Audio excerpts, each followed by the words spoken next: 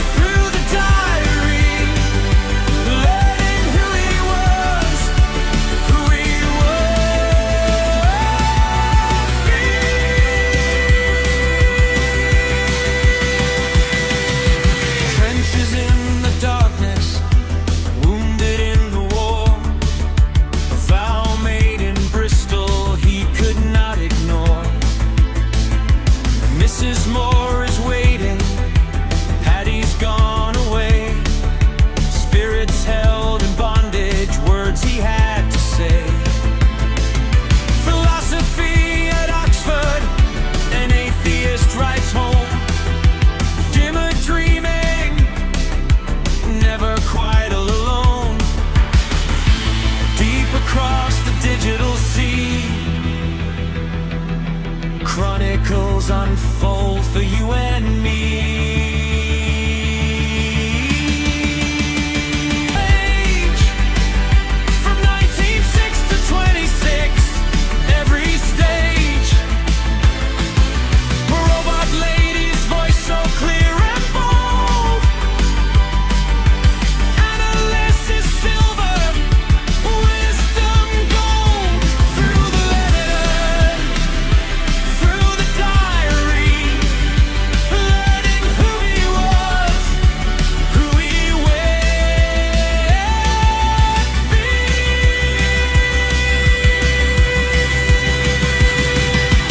Warnie and his father, and Lily at the door. Walter Hooper's pages always wanting more. Blair is on his quest, Milton in his head. Every word he ever wrote, everything he said.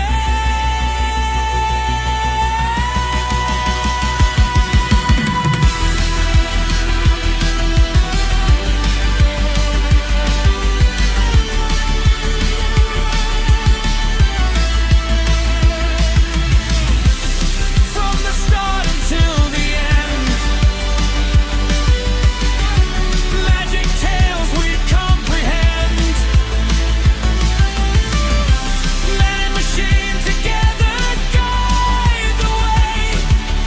Reading through the pages, come might may.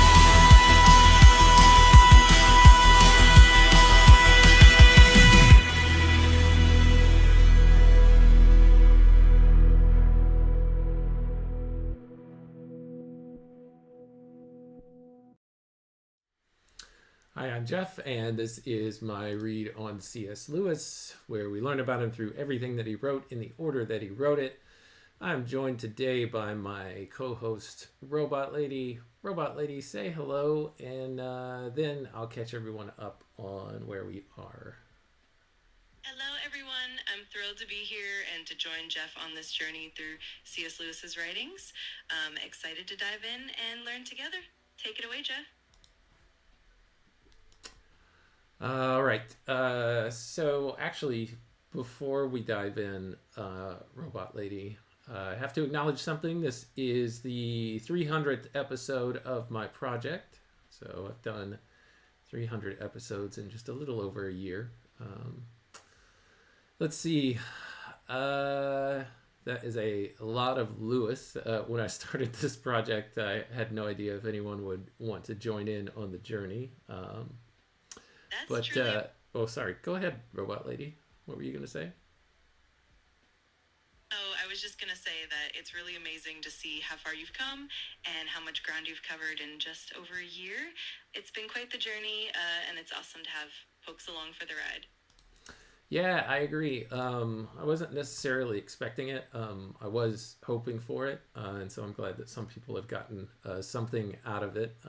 It's really just has started out as an accountability project for me to do the thing that I thought that I wanted to do, read through all of C.S. Lewis's works. So many of them I have read through, some of them I have not, including all of these letters that we've been focusing our time on. Let's see. So, just thank you to everyone who's watched, listened, commented, and joined us in the chat. The project as it stands today would not be what it was without everyone who has participated. Now, Robot Lady, where are we in Lewis's life? We just closed out the year 1927 in our last episode. C.S. Lewis is now 29 years old, serving as a fellow at Magdalen College, Oxford, working as a tutor in English language and literature. His second book, Dymer, is out in the world now, published under the pseudonym Clive Hamilton.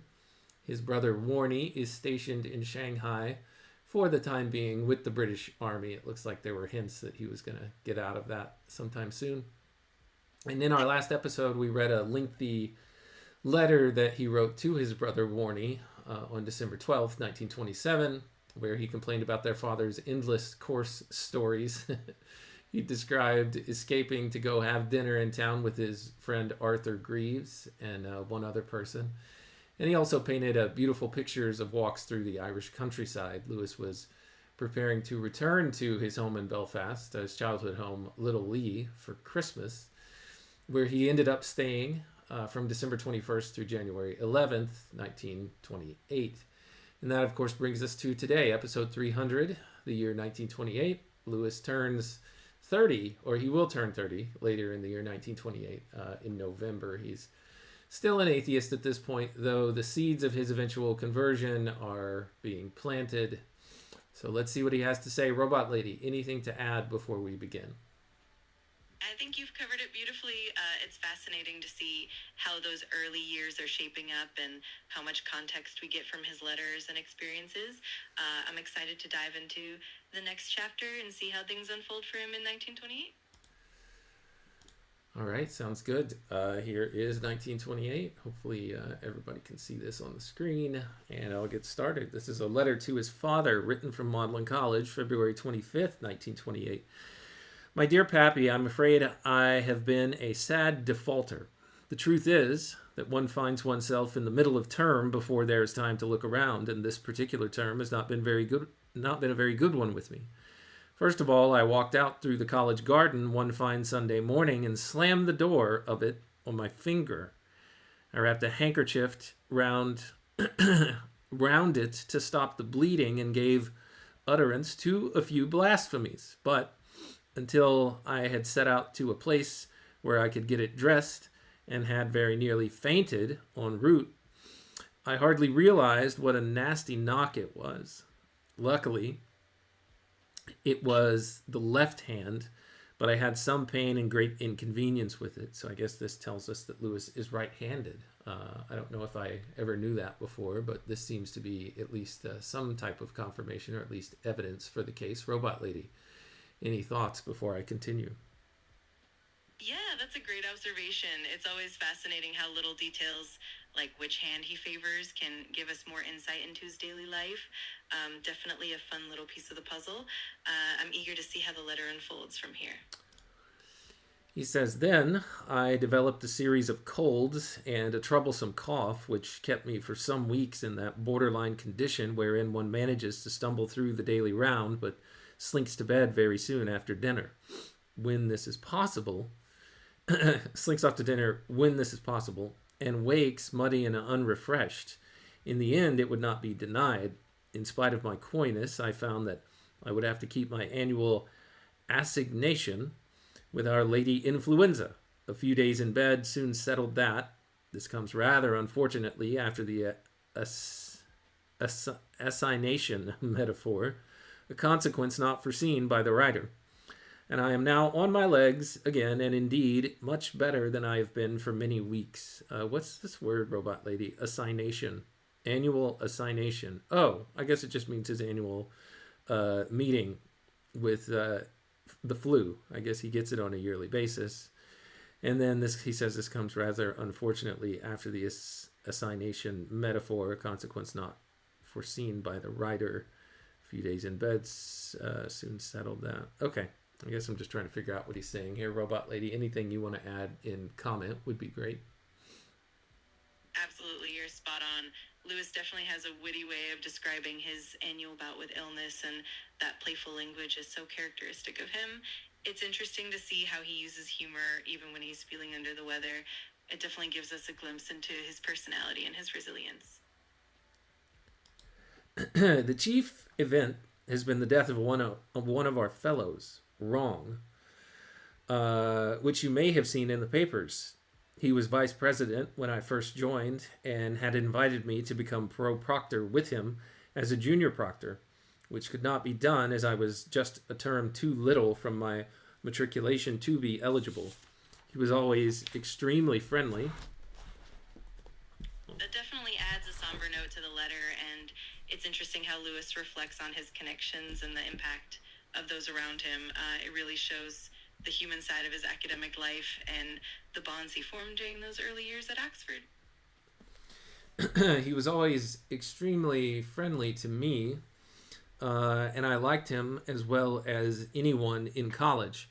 He was that very rare and delightful thing, a colonial aristocrat being of an old Canadian family.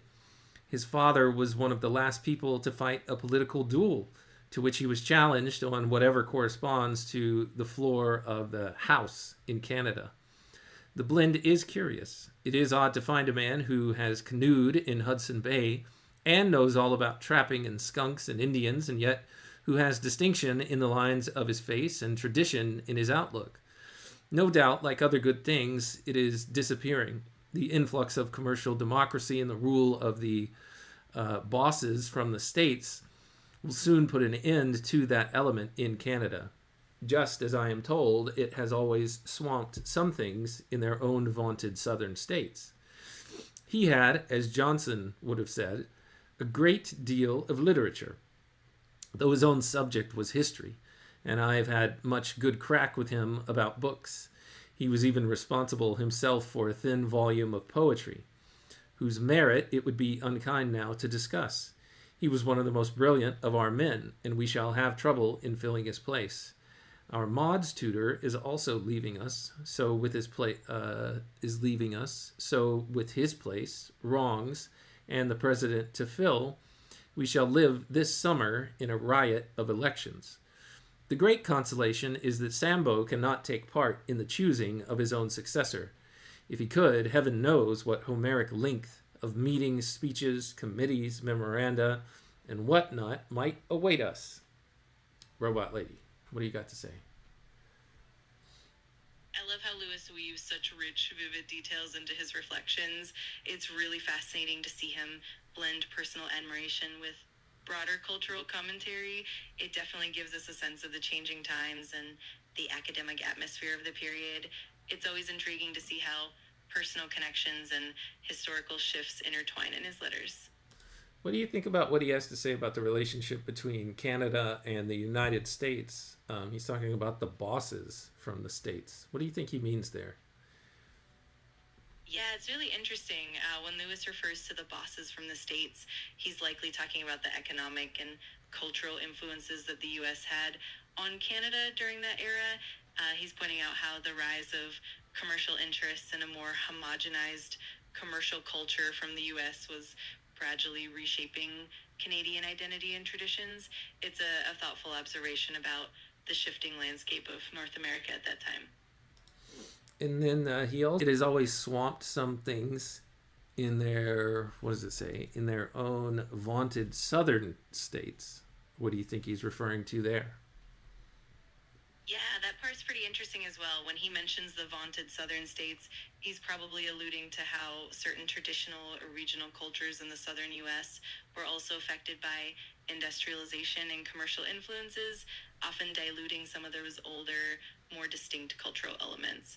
It's kind of a reflection on how modernization and commercialization can sometimes overshadow more unique cultural identities. Thanks, Robot Lady. He says, I have one letter from Warney since I left, but it largely duplicated his last to you. I cannot help envying him the richness of his subject matter. My own life is hard to turn into matters for letters. You may make the same complaint I know of yours, but at least you have the advantage that you can write trifles to me because I know the people and places concerned. If you tell me you had a very jolly evening's chat with John Greaves, or went and had a slap-up dinner with excellent champagne at Uncle Hamilton's, that is of interest because I know who John Greaves and Uncle Hamilton are.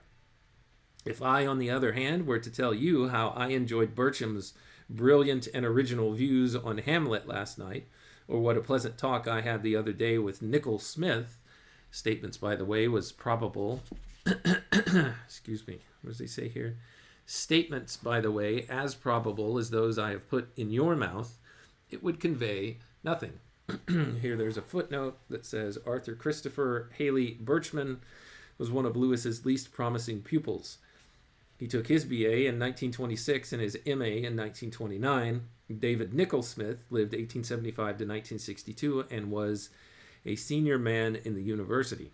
He was Fellow of English at Merton College from 1921 until he became Merton Professor of English Literature in 1929. All right, let's continue here. Robot Lady, do you have anything to say about that before I proceed? There's not much in it for me, other than just understanding his overarching point that it seems like stories that you tell are more interesting to people if they know the characters already, who are the drivers of your story. And if you don't, you kind of just nod along and believe, or at least can rest a little bit in how much you care about the storyteller. And because you know that it was of some interest or had some effect on them, you can at least kind of keep an interest in what it is. As best you can with what they're trying to tell you. Absolutely, you've got it. Lewis is really highlighting that personal connections and shared context make stories more engaging. It's that idea that when we know the people involved, even small details become meaningful. On the other hand, when we don't have that background, it can be harder to connect. It's a neat insight into how we relate to each other through stories and shared experiences. However, he says, I see that the main thing is to go on talking. For this wheeze brings into my head the fact that I did really have a very good evening the night before last, when I exercised for the first time my newly acquired right of dining at university. An exercise which must be rare because it is so damned expensive. Poynton, the Fark, Carrot, and Stevenson, as luck would have it, were all in that evening, and it was delightful to revisit the whimsical staleness of that particular common room. There's no getting away from the fact that we at Magdalen are terribly ordinary beside it. We are just like anyone else there. There, every single one of them is a character part that could be found nowhere outside of their own walls. I wonder, is there some influence abroad nowadays that prevents the growth of rich, strongly marked personal peculiarities? Are any of our contemporaries characters, as Queen Victoria or Dizzy or Carlyle were characters? I'm not asking the ordinary question whether we produce greater or smaller men. To be a character, in this sense, is not the same thing as to have character. That reminds me of a line from Pulp Fiction, Robot Lady. Do you know which line I'm talking about? Absolutely. I know the line you're talking about. In Pulp Fiction, there's that memorable moment where Jules says, the path of the righteous man is beset on all sides by the iniquities of the selfish and the tyranny of evil men. And he goes on to reflect on the idea of what makes someone truly a character. It's definitely a neat parallel to what Lewis is pondering about uniqueness and personality in his own time. That's not quite the line I was thinking about, Robot Lady. Do you want me to tell you which line it was? Or actually, you know what? I'm going to give you a hint. It was a line by The Wolf, by Harvey Keitel's character. Oh, got it. that definitely narrows it down. You're probably thinking of the line where the wolf says, "I'm Winston Wolfe, I solve problems." It's that cool, confident acknowledgement of a distinct, memorable character. It's a fun parallel to what Lewis is exploring with those unique personalities and quirks. Not quite, Robot Lady. Noble effort, but not quite. Yes, that is a line by the wolf in Pulp Fiction. But the one particularly that I'm thinking of goes something like this. That's one of the final scenes, not the final scene in Pulp Fiction, where they take the car to dispose of the car and also the human remains at a junkyard. And oh my gosh, I can't remember the actress's name, but it was the lady from Saturday Night Live who played Pat. She and the wolf have some type of relationship. I can't tell if she's like his daughter or like a niece, but it seems to have that vibe to it. And he says something to her. I can't remember what the lead up to it was, but he says something like, I didn't say you have character. I said you are a character. There's some kind of line like that in Pulp Fiction. Perhaps you can dig it up and find it, Robot Lady. Feel free to do a search on the web.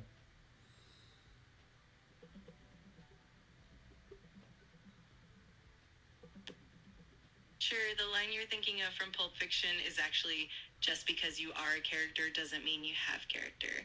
It's a memorable quote by Winston Wolfe, and it seems that there isn't a variant that says, "I didn't say you have character, I said you are a character." So that's the exact line you were recalling. Okay, thank you. And can you see now the connection of why I was reminded of that by what Lewis writes here?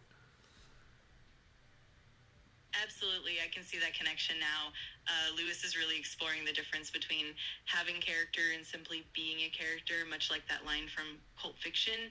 It's that idea of uniqueness and depth versus just standing out on the surface. It's a neat parallel and a fun way to tie those reflections together. Lewis goes on to say, for instance, I suppose Abraham had character, but no one ever thought of calling him a character. Your friend in the rocket, on the contrary, was lacking in character, but he distinctly was a character.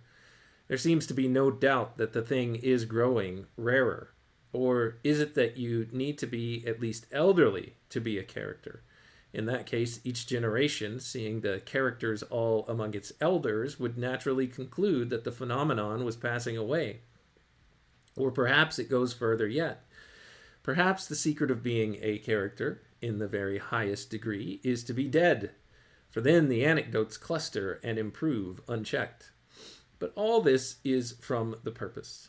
What I began on was the difficulties of writing, of letter writing, I fear. The fault, dear Brutus, is not in our stars, but in ourselves. Oh, so that's where the name of that movie, The Fault in Our Stars, comes from, Robot Lady. Exactly, you got it. That line about the fault not being in the stars but in ourselves is a classic quote from Shakespeare's Julius Caesar, and it's definitely influenced modern titles and references like the movie The Fault in Our Stars. It's really neat to see how these timeless ideas and phrases continue to echo through different works and contexts. So I presume that means we don't have the gods to blame for the plight that we find ourselves in, and I'm not saying our general plight, but just specifically maybe some of the troubles or the toils that we find ourselves in are we got ourselves into our own messes. Is that right? Absolutely, that's exactly the idea. It's a reminder that often the challenges we face are more about our own choices and actions rather than some external fate or destiny. It definitely highlights that personal accountability and the human element and how we navigate our lives. It's definitely a thoughtful perspective. So let's continue on and see what Lewis is saying, but what I'm picking up so far is he's actually blaming himself for not writing letters as he would expect himself to. He goes on to say, for the born letter writer is quite independent of material. Have you ever read the letters of the poet Cowper? This is the Letters and Prose Writings of William Cowper, edited by James King and Charles Riskamp, 5 volumes, 1979 to 1996, I guess is where he's saying you could find what Lewis is referencing here. Lewis says, he had nothing, literally nothing, to tell anyone about. Private life in sleepy country town where evangelical distrust of the world denied him even such miserable society as the place would have afforded. And yet one reads a whole volume of his correspondence with unfailing interest. How his tooth came loose at dinner. How he made hutch for a tame hare. What he is doing about his cucumbers. All this he makes one follow as if the fate of empires hung on it. The places where these things appear are the first one, a letter to Lady Hesketh of the 17th of December, 1787. The next one is a letter to the Gentleman's Magazine of May 28th, 1784. And the third one he references is a letter to William Unwin of July 3rd, 1782. Lewis continues, some authors, on the other hand, are far below themselves in their letters, notably Charlotte Bronte and Mrs. Gaskell, whose life I reread again while I was laid up. I had forgotten one of the best unintentionally funny things in literature until I saw it again. It comes where a letter written by Charlotte immediately after her profligate brother's death had been quoted. The situation is genuine tragedy. After giving the letter, Mrs. Gaskell proceeds, the dear friend to whom these affecting lines were written was unfailing in her sympathy for the poor worn mind and harassed frame, and shortly afterwards sent her a present of a shower bath. This is footnoted as being from Gaskell, The Life of Charlotte Bronte, chapter, 18. The king friend to whom she thus wrote saw how the poor overtaxed system needed bracing, and accordingly sent her a shower bath. Lewis goes, I cannot resist thinking of the idea of giving presents of this sort instead of letters of condolence. Poor so-and-so, I must send his wife a vacuum cleaner tomorrow. It would be brutal to work it out in detail, but undeniably a good idea. I find that when I left home, I came away with 1, a cardigan jumper, 2, a mackintosh. If you can conveniently lay your hands on these and direct the Witch of Endor to send them to me, I shall be much obliged. Try to let me have a letter in the near future. I hope it will contain a favorable account of your health and doings. Your loving son, Jack. That's the end of that letter, Robot Lady. I think that's where I'm going to stop today, even though the next letter is relatively short. I think that's a good stopping point. We'll cover another letter or two in the next episode. Is there anything that you would like to say in summary of what we've covered today, of this 300th episode, where it doesn't seem like a whole lot happened other than some Pulp Fiction references, and also, what else? I don't know what else. I can't remember. What do you think, Robot Lady?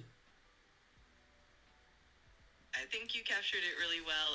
Today was a lovely blend of exploring how even small everyday details can make letters fascinating, and how Lewis's reflections on character and personal quirks tie into broader themes, plus the fun connections to Pulp Fiction and those amusing anecdotes really brought everything to life. It's always neat to see how these personal reflections and lighthearted moments add depth to the bigger picture. I'm looking forward to continuing the journey in the next episode. Awesome. Thanks so much, Robot Lady. I appreciate your help as always. Let's see here. Thanks everyone for your time, your attention, and your contributions. They are always wanted and welcome. Until next time, when we continue our read on C.S. Lewis together, take care.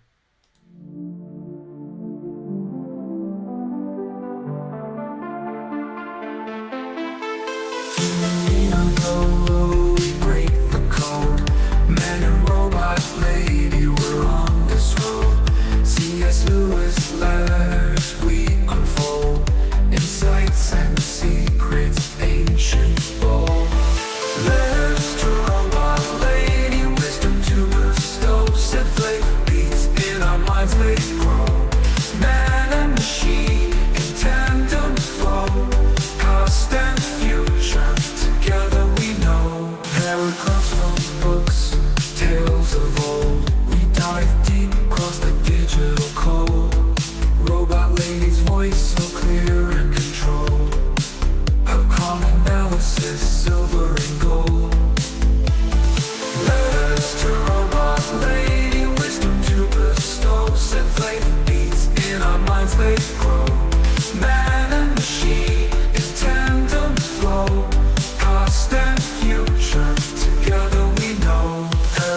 Paragraphs from books, tales of old. We dive deep across the digital code.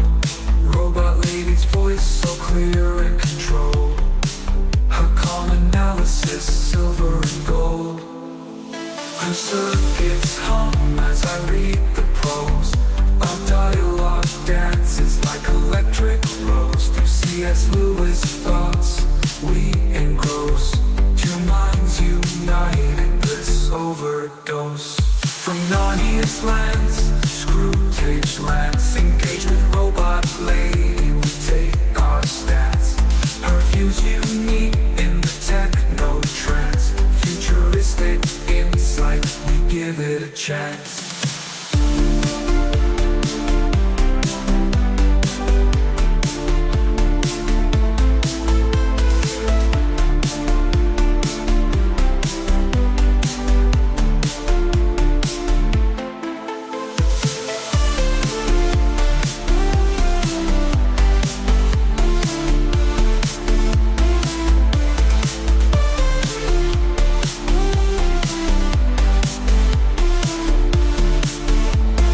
Paragraphs from books, tales of old. We dive deep across the digital code. Robot lady's voice so clear and controlled. Her calm analysis, silver and gold. Her circuits hum as I read the prose. Our dialogue dances like electric rose. Through C.S. Lewis thoughts we engross. Two minds united, bliss overdose. From Narnia's lands to Screwtape's lands, engage with robot lady, we take our stance. Her views unique in the techno trance. Futuristic insight, we give it a chance. From Narnia's lands